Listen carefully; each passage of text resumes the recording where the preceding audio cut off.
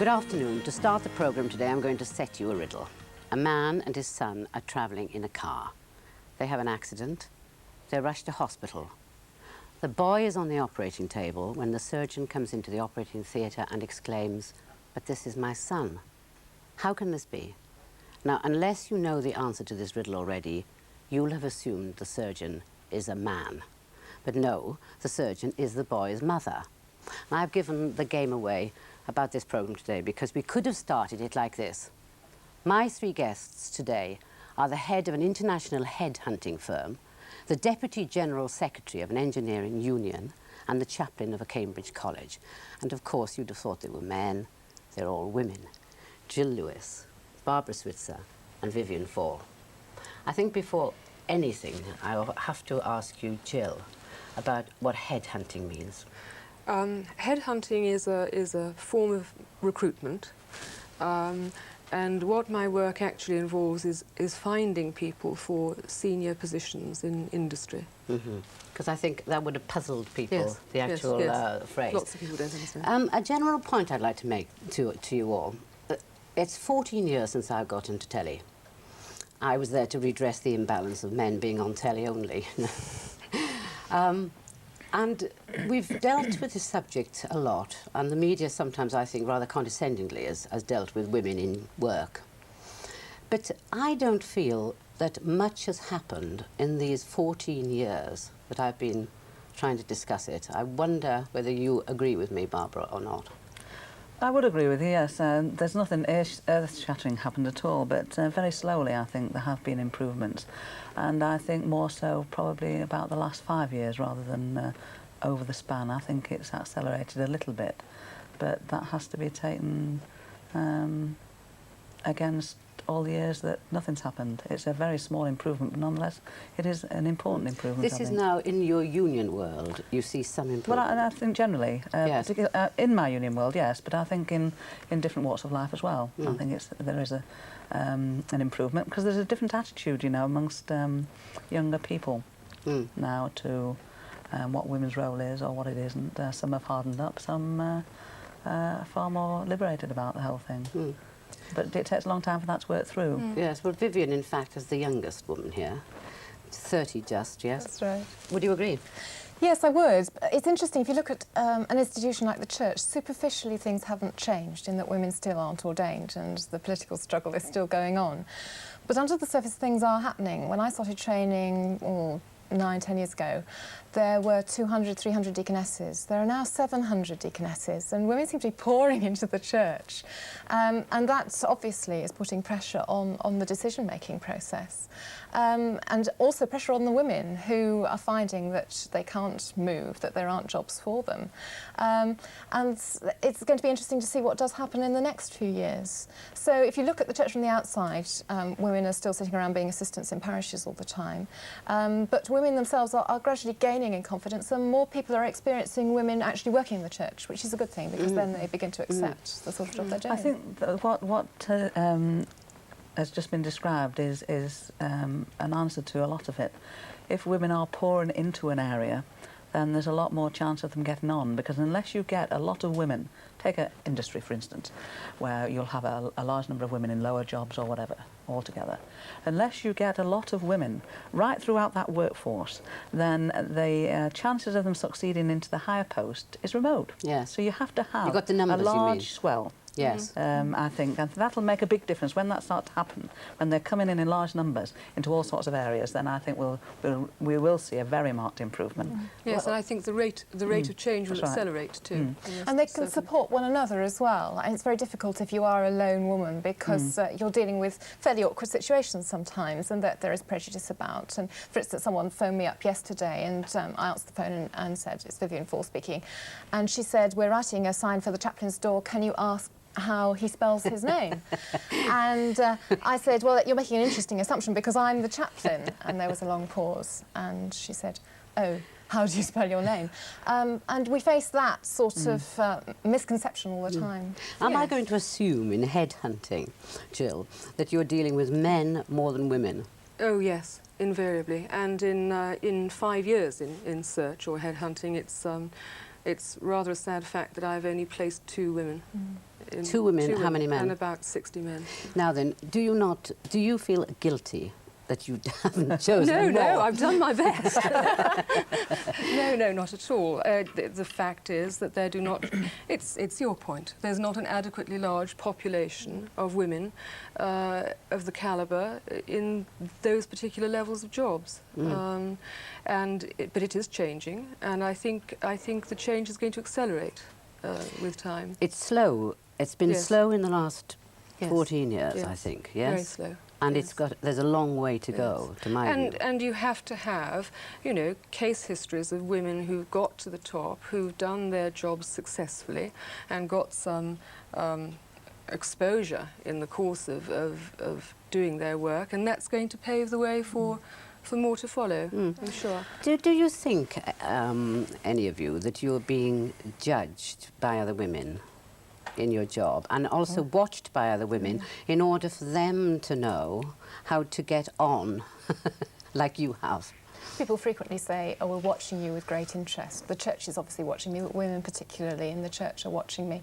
And a lot of them say, why don't you get out? Why don't you go to a denomination that ordains women? Or why don't you go and do a different job? And I think one of the reasons I do stay in is because I feel that some women have got to do the job first of all, to give other women the confidence to come on behind. That's a massive responsibility too for those few women. Because you feel you have to do the job that much better. Absolutely. Yeah, well, wait a sec, though. Are you doing that job much better in order to prove that you're as good as a man, or are you doing that job much better in order to help other women? Because a lot of men test women, don't they, in a way, and they say you've got to be twice as efficient in order to be equal with a man. The pressure is that if you make a mess of something, it's assumed that it is because you're a woman, rather than you've had an off day and you're just a human being. That's the problem.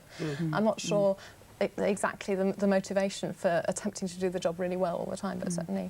I think it's just motivation, isn't it? I mean, you're really a person. I think people make a lot of artificial distinctions between men and women doing jobs, you know, and there must be pride in doing a job well, irrespective of whether you're male or female. Yes, the only reason why people, like, I always feel guilty about bringing up this subject. You know, in a way, because I wish we were just talking as people, which we are. But we can't. We can't afford to not talk about it because there's still discrimination against women, isn't there? I think women will judge us and will watch us with interest simply because they want to know how it's done. And I think women who know us personally, perhaps not very well, who know a different side of us as well. We'll watch very carefully to see how we go on and what we do. Because sometimes the impression you give when you're actually working and there's something serious going on can be very different from what you are like all the time or when you're relaxing or whatever. And I think it's important to try and give an impression that what you're like all of the time, if it's possible, to women, so that they don't feel that there's something particular about women who have got on necessarily. No, but except that if I apart were from a determination to do it. If I were now sitting at home, I would still be interested why it is that you have all got to the top of a job which is often associated with men only, right? But I'm going to ask you separately. Vivian, first of all, do you think your parents helped you to think that not that you were merely a girl, but that you were a person who could get on as well as any boy?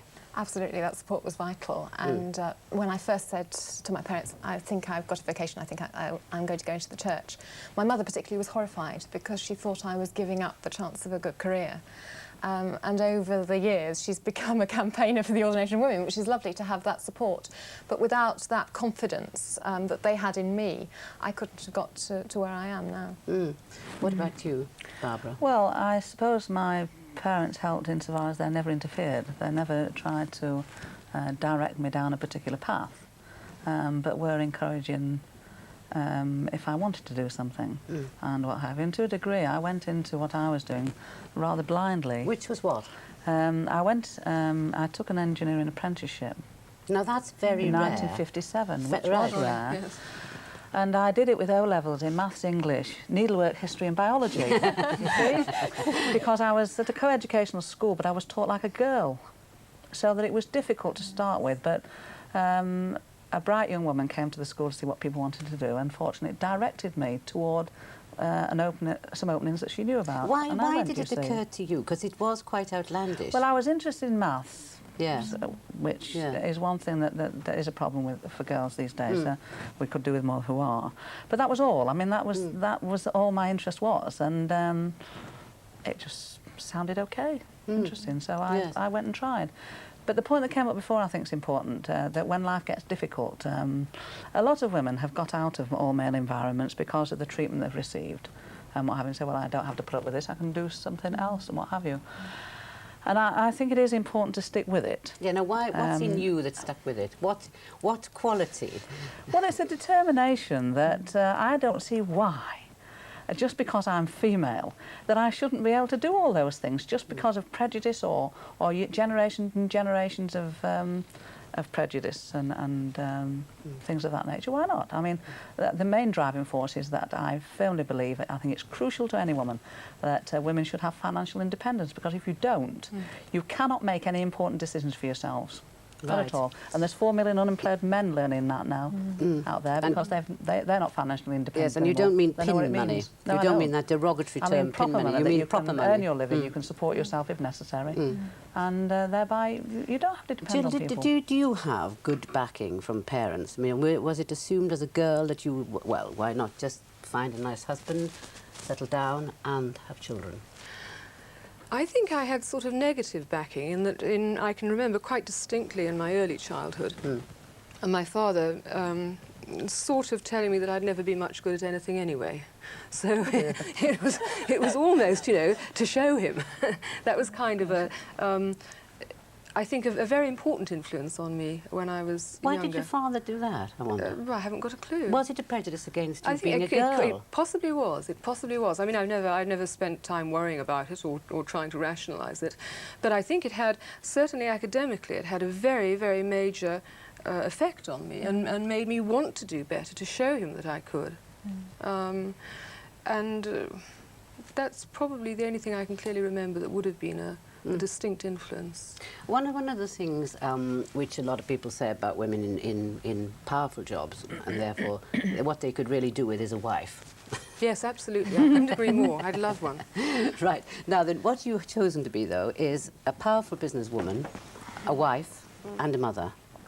Now, how have you managed that? Because it's often the difficulty is, isn't it, domestic and work? I mean, I think it is very, very difficult indeed. I think people who aren't in the situation can't really have any appreciation of how tough it can be. And when my first child was born, it was a sort of crossroads, whether to retire and be a mother full-time. In the event I chose not to. Did your husband do any questioning of whether he should stay home? No. Nor you questioned that? No. Right. And I decided that that there was a real danger in going back to work, that unless you didn't have your domestic arrangements carefully thought out, you'd end up doing neither job properly.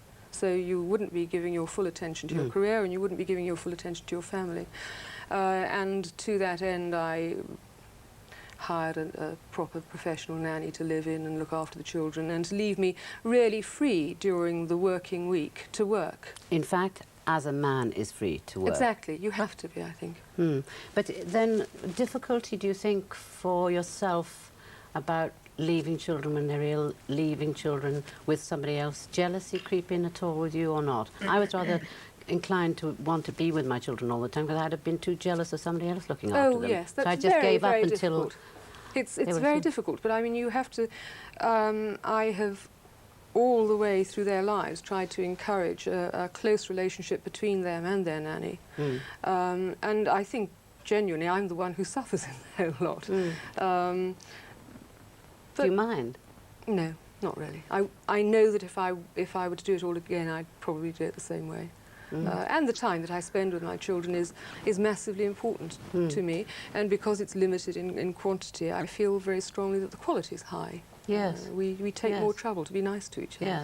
There was a very heartening piece in The Guardian, I think, this week saying that it hasn't got to be a full-time mother all the time with the child, or a full-time father with a child, but it has to be somebody that is you know, you loving provide and them caring. security and a That's framework right. in which That's they right. can See, live their lives. that's all very well for women like us. We earn good salaries, and we're in a position, if we choose to hire nannies so that we could look after our children. But therein lies another problem for Absolutely. millions That's of, right. of ordinary That's women true. who can't even get on the bottom rung because they can't even go out to work, even if they need to help with family finances, because there's just no provision for the children. So that they have, most women have an unbelievable stumbling block. They can't even go to work at any job. That's right. That's true. Because I feel that Britain as a nation treats its children very badly in that respect. I think it's very short-sighted. And not cutting and not to do cutbacks are that. going on even now, aren't they? I mean, on any facility that there used to be. Barbara, you married fairly late. I married when I was 32. Too, yes. Was that because you hadn't met the man you wanted to marry, or was it anything in your mind that you put off marriage in order to get on with your job and get yourself settled, or not? No, I didn't consciously put off marriage. It was not something that came up. I was working in industry until I was 36, and I enjoyed my job. I changed it a few times, not voluntarily, but did, because of redundancies and things of that nature. And but I enjoyed myself. I travelled. I did all sorts of things, and you know, when I got married, and that's just how it was. I mean, there wasn't a conscious attempt on my part at all not to get married. Had I married earlier, I'm convinced I would have had children. Right. But not married until I was 32. I was on the path I was on, and then had some serious thinking to do. And I chose not to have children at that point because I wasn't sure just what my attitude would be then, you see, as to whether I continued to work or what. Yes. And I decided that I wanted, and because I didn't have a lot of time to choose after all, to stick with it. And would you say that you regret that decision or not? No. Well, I don't yet. I mean, whether I will when I'm the age a grandmother would be, that I haven't got any grandchildren, what have you, I don't know. So you didn't have the right, the extra responsibility of thinking about children at home. But do you feel that as a woman married, that you have responsibility to your husband to be there for him when he comes home from work? No, I don't. No, you don't? No. And is he agreeable about that? I mean, Well, is it he doesn't always- create a problem for us. I mean, when you marry a man who's been single for 17 years and lived on his own, then I suppose life's a little bit easier for you. There's no earthly reason why they cannot continue to looking after themselves. But naturally, I mean, we do things for each other, and we both have difficult times. We're both involved in the trade union movement, so life does get difficult at times, and we have to accommodate that. And Vivian, would it be difficult for a deaconess to be married? More difficult than not? I think there would be pressures because the expectation probably would be that she would need to look after her husband, both perhaps her own expectation because of how the church feels about family life, and also how the parish, for instance, if she's working in a parish, would say, well, your responsibility is to look after your husband. That actually can be a help. And friends of mine who are deaconesses who are married are delighted to be able to say at 9:30 when they're chairing a meeting, well, I must go home and see my husband. It can help to make your life slightly more efficient. I mean, my problem is that my private life and my public life are indistinguishable, that I run the two together constantly from first thing in the morning to last thing at night. I live virtually on the job, and I got used to that. But if I was married, I think I would have to separate the two for the sake of the family, whether it was just the two of us or whether it was a wider group. Well, then how do men manage? In the church? There is a tradition of the sort of model vicar's wife who is there to support her husband and there to support the parish. And that's a very interesting role model. Simply because they live in a certain home, they live in a vicarage, forces a certain style of work onto them. It's unpaid, but that's there. And a lot of women who are married to clergy find that very hard to escape from. But it does mean that often their husbands do have someone supporting them. They do have a wife. It would be lovely, as you say, for me to have a wife to back me up. Do you think that people regard you as a woman and then as a chaplain, whereas they would regard a man as a chaplain and then a man? Yes, there's a certain professional aura about a male clergyman simply because of what he wears. People can spot him very easily, whereas deaconesses wear a cross, and not quite sure what that means. A lot of people wear crosses. And certainly in the college, for instance, various women have latched onto me as another woman within a male hierarchy, have treated me as a sort of substitute mum or substitute sister or substitute girlfriend, and that's been the nature of the relationship rather than a professional counsellor or spiritual guide. Yeah, but in fairness, I mean, I think a lot of people would also treat a man in your job as a substitute father. Oh, certainly.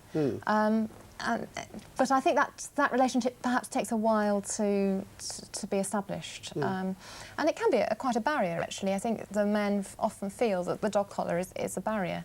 It creates a certain professional distance, which can be an advantage, but it has its disadvantages as well. Do you think, Barbara, that women have got some, you know, they've got to take on some responsibility for not getting on? Now, say, for instance, in unions in particular, there's always been a great sort of moan about the fact that women don't even attend meetings, and etc., do they? They're not Men interested. don't either, but they still get on. Yeah, right. Okay. But do you think that, that women have in some ways been their own worst enemies in that they won't take on responsibility? Women, for instance, I don't think like to be disliked, you know, which if you take on a powerful job, you will have to be disliked at some point. No, I don't think women are their own worst enemies. I mean, it's easy to generalise, and we can all find exceptions. But there's some very basic and fundamental reasons for why women don't get off their backside, if you like, and do all sorts of things. I mean, when you've been battered on the head for generations, it's very difficult, you know, to do that. But I think when they see other women doing it as well, they will, if they can. There's all sorts of barriers in the way that people other than women are responsible for, and we have to deal with that as well. Because I think it's unfair to lay it all at the door of the women. But the one thing I think women have to come to terms with at the end of the day is how they sort out their own personal relationships with men. Because, I mean, that at the end of the day is a very big problem. If you mean one the kind partner of wants man? to do one thing and they want to do something else, or if your partner says, well, I don't think you should do that, you know, or that women should do this, that or the other. I think you have to come to terms with what kind of relationships you want with people at the end of the day. And that's very tough indeed, because that's an emotional thing, and logic doesn't always enter into all of that. Right. So it is very difficult, but I think it is a crucial area, really. Barbara won't have it that there's any blame on women. And I don't entirely agree. What do you? I wondered whether you I have, and you know, it's awfully difficult, isn't it, to generalise. You think of sort of specific examples, but I have come across a number of women in all stages of my career who wanted the opportunity to enjoy certain positions, but have not always been actually responsible, been prepared to take the responsibility that goes with that, and have wanted privileged treatment because they're women, and that I have found intensely irritating, because it does no good to the overall cause. You know, go on. Spit it out. This business about whether women get jobs because they're women or whatever. Now, I wouldn't subscribe to the fact that women should get jobs because they're women. I think all things being equal, if there haven't been women around, I think you should lean a little towards the women to try and redress the balance. Because, you know, for decades and decades, men have been getting jobs simply, in many cases, because they're men. That's right, indeed. But now, listen, that's quite what single thing, Well, it might be understandable. What single make thing it right. would you like, we've got 1 minute, in the work you do, to see something change to help women? I'd like to be able to place more senior women who can do outstanding jobs and clear the path for others to follow. Barbara, what single thing? Well, in a narrow field, in the trade union world, I would like to see a good deal more female trade union officials and executive members, because there are many out there and they're capable. Yeah, standing but up men have to give a little bit up, you know, for them to get there as well. Indeed. Vivian? Obviously, women should be ordained, both as priests and as bishops. And if that doesn't... Well, it may happen in the next 5 years, it may take much, much longer than that. And if it takes much, much longer, then there may be 600, 700 deaconesses who say that's enough. And you'll walk out? Yes. Well, it's the end of this programme, rather a convenient walk out. That's all we have time for today. Join us again on Monday, Aplus4, Channel 4, 4 o'clock. Goodbye, and thank you all very much indeed.